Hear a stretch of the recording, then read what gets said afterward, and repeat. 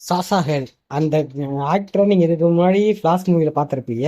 Flash movie அவ்வளோ எதிர்பார்ப்பு வந்தது. பட் அந்த படம் அந்த அளவுக்கு போகலை.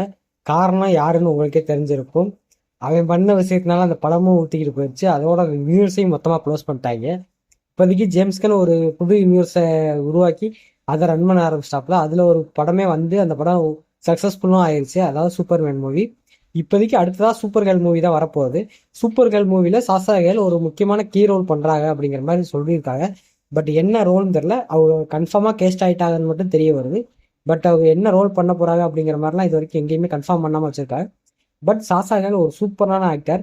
நீங்கள் ஃப்ளாஷ் மூவிலே பார்த்துருக்கலாம். அவங்களால முடிஞ்ச அளவுக்கு அவங்களுக்கு கொடுத்த ரோலை பர்ஃபெக்டாக பண்ணியிருப்பாங்க. சூப்பர் ஹேலாகவே வாழ்ந்திருப்பாங்க. அவங்கள பெரிய ஆக்டரை நம்ம டிசியூவில் வேஸ்ட் பண்ணிட்டாருன்னு தான் சொல்லணும். பட் இப்போதைக்கு நம்ம ஜேம்ஸ்கன் அவங்களே ரிட்டர்ன் கொண்டு வந்திருக்காங்க. ஒரு முக்கியமான ரோல் கொடுத்து கண்டிப்பாக சாசாக்களுக்குன்னு ஒரு முக்கியமான ரோல் கொடுத்து அதை பெட்டராக பண்ணுவாருன்னு நான் நம்புகிறேன்.